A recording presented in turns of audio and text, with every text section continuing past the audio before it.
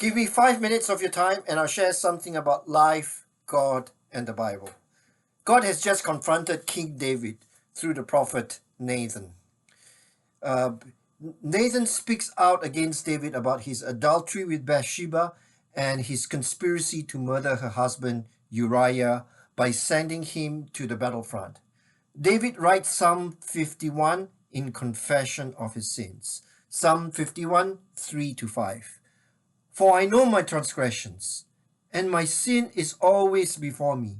Against you, you only have I sinned, and done what is evil in your sight. So you are right in your verdict and justified when you judge. Surely I was sinful at birth, sinful from the time my mother conceived me.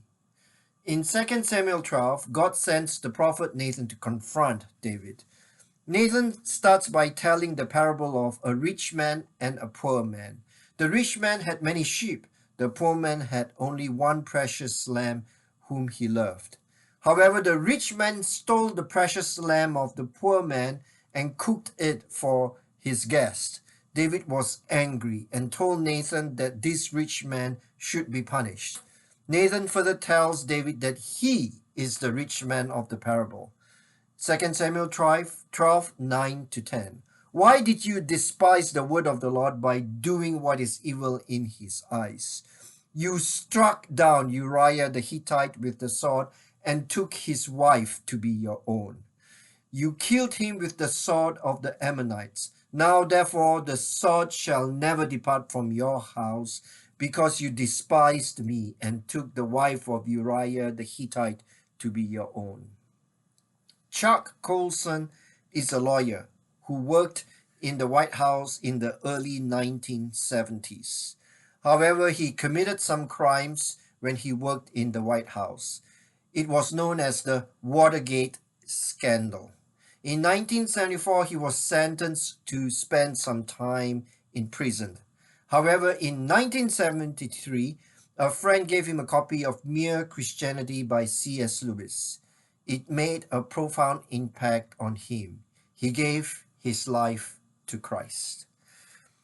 Colson knew he had to serve his prison sentence in 1974. He says that this was his greatest defeat, but he knew that God was looking after him and his family. He soon started Prison Fellowship, which ministers to people in prison even today. This is what Chuck Colson says.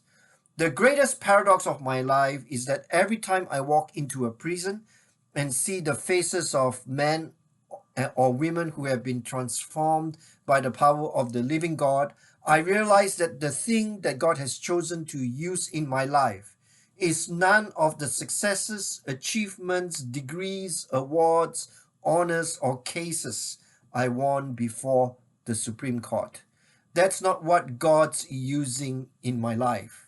What God is using in my life to touch the lives of literally thousands of other people is the fact that I was a convict and went to prison. This was my greatest defeat.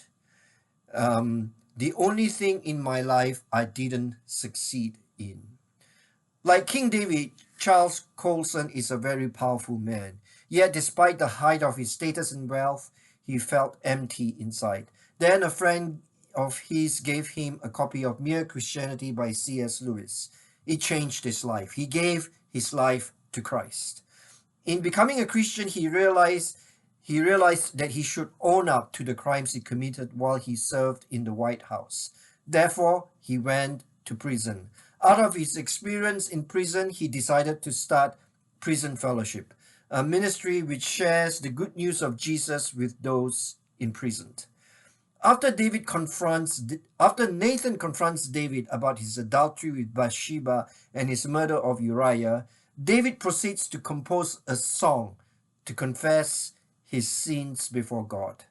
This song later becomes Psalm 51. Psalm 51 has helped many Christians through the centuries in the confessions of their sins before God. Amen.